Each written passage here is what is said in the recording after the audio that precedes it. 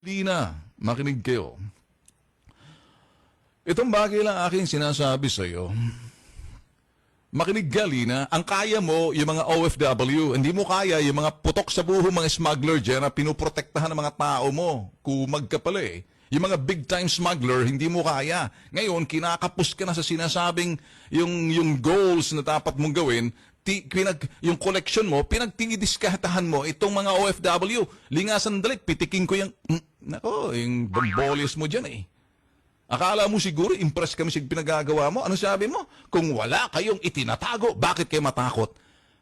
Ay kung sabihin ko sa iyo eh, kung wala kang itinatago na may paborito ka na, ang kaya mo, yung mga maliliit lang ng mga OFW, pero mga big-time smugglers, di mo kaya. O ito, sasabihin ko sa iyo, not Joey Lina. Kasi yung Joey Lina pala yung pasimuno roon sa mga Lina Law. Ito naman si Lina to. Ewan ko, Alberto! Makinig, Alberto! Lina! Listen carefully.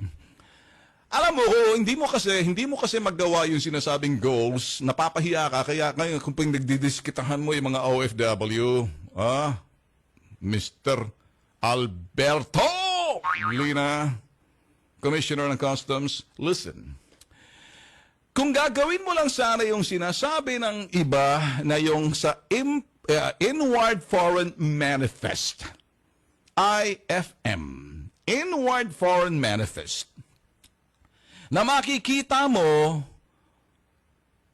sa ibayong dagat pa lang, sa bansang pinanggalingan ng mga imported na mga produktong yan, ay pasok na sa inyong computer system at makikita mo, baka bulag ka.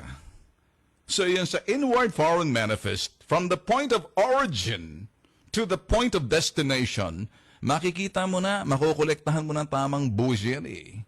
Ngayon, bantayan mo yung mga tao mo. Huwag mong babantayan yung mga OFW. Kumag, kengkoy, kolokoy, mga katao mo dyan. Kasi ganito eh.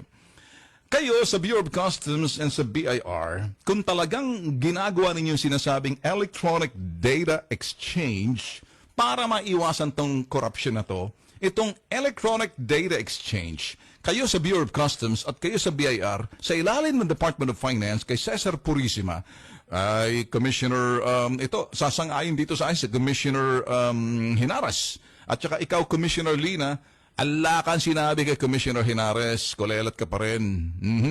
Meron ka kasing interest na pinangangalagaan mo, kaya nandyan ka.